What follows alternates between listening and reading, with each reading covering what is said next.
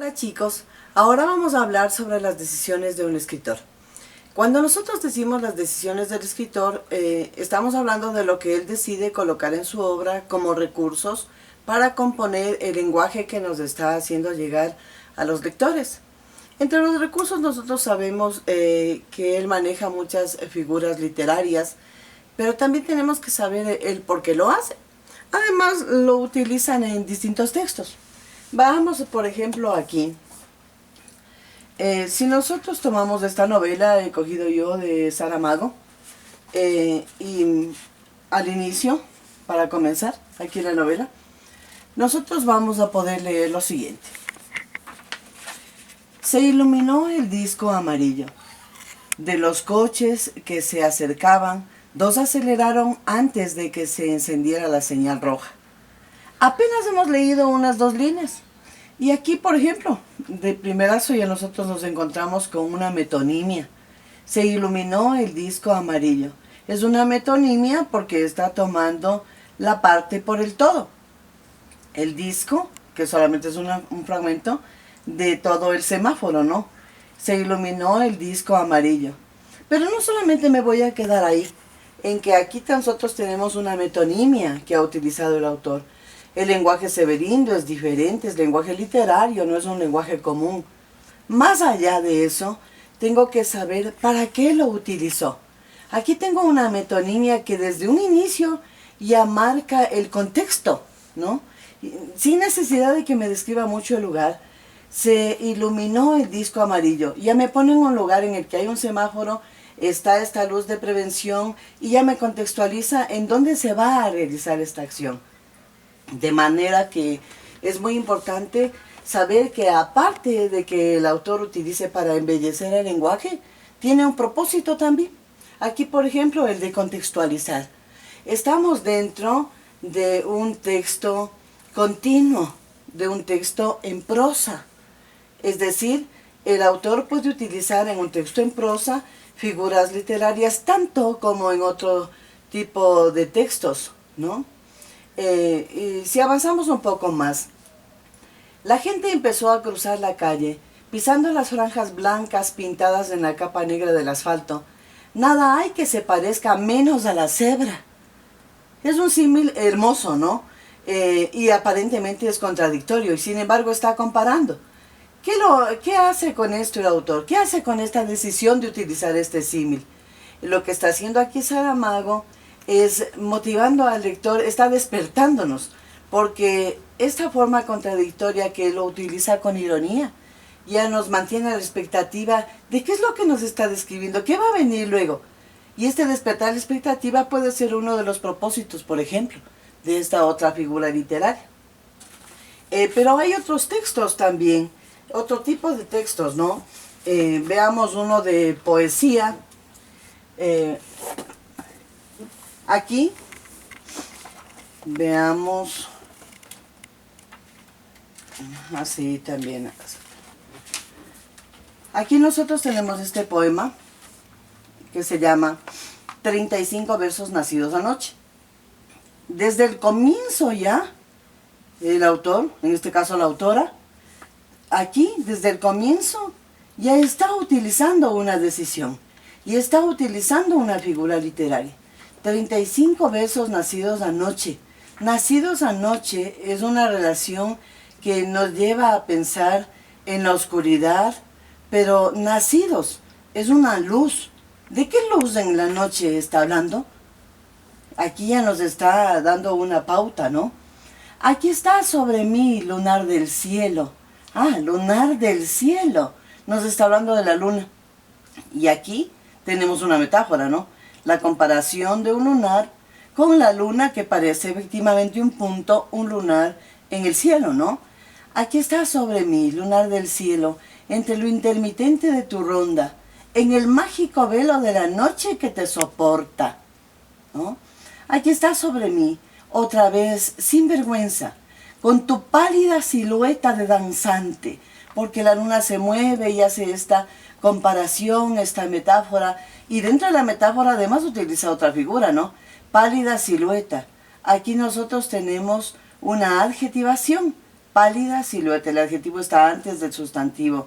Lo hace para dar mayor sonoridad, ¿no? Para poder profundizar más la idea. Dejando resbalar tu suave trenza. Aquí, por ejemplo, utiliza estos dos términos. Aquí tenemos nosotros otra adjetivación, suave trenza. Y no solamente pone igual por embellecer el lenguaje. Quiere profundizar más el significado, ¿no? Dejando resbalar tu suave trenza. Resbalar a uno ya le da la idea de este desliz, pero es un desliz lento, suave.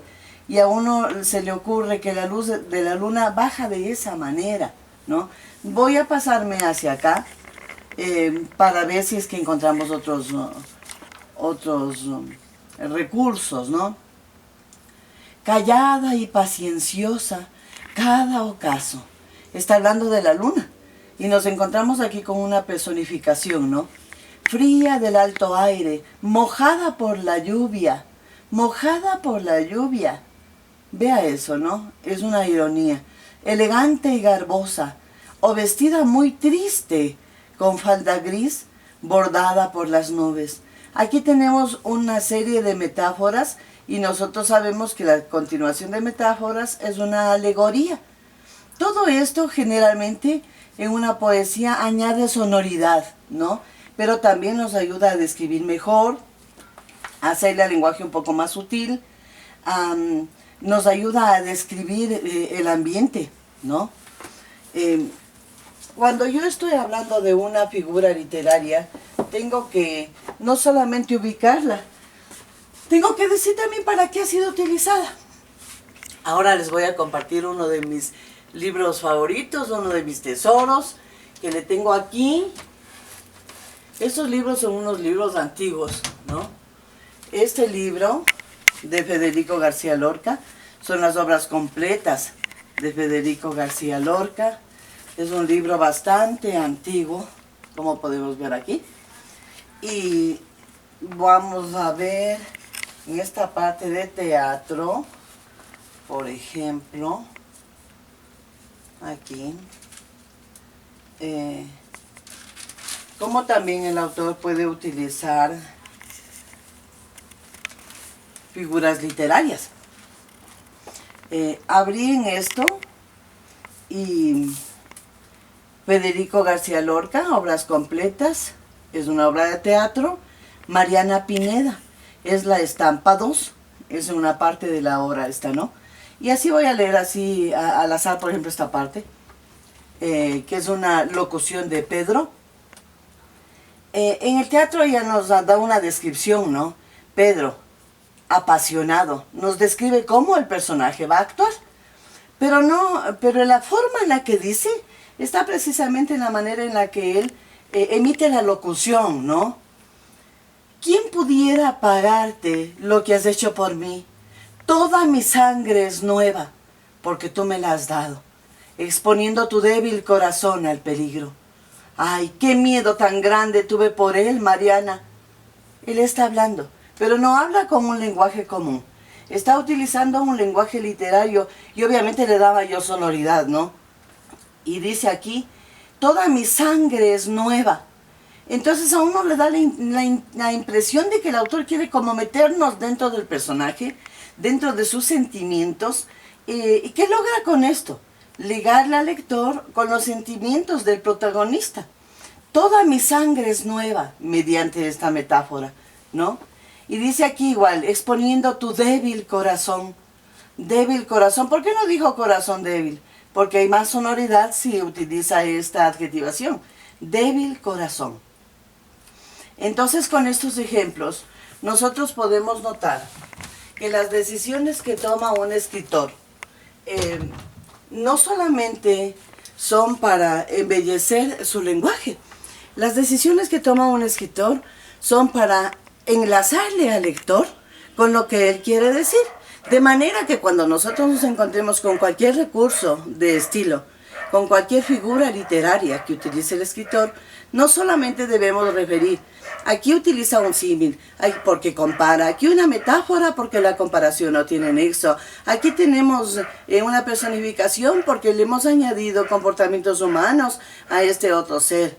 Sabemos que las figuras hacen eso. ¿Qué es lo importante aquí? Tenemos que determinar el por qué. ¿Para qué utilizó el lector? Ahí está nuestro estudio. Ahí se vuelve válido. Cuando nosotros desentrañamos la razón por la que el autor utiliza estos recursos literarios. Es importante porque en los trabajos que hemos ido viendo nosotros a lo largo de nuestro estudio, nos hemos dedicado a analizar algunas figuras literarias. Hemos dicho una razón, pero ahora es un poquito más completo, un poquito más amplio porque vamos a ir encontrando en diverso tipo de texto literario que siempre vamos a encontrarnos con una figura que ha empleado el autor y vamos a tener que argumentar su uso. Encontramos la figura literaria y decimos el por qué fue utilizada. Espero que esto les haya servido, les haya clarificado, en muchos casos les haya ilustrado si es que no lo recordaban y vamos a trabajar con esto entonces en lo que viene.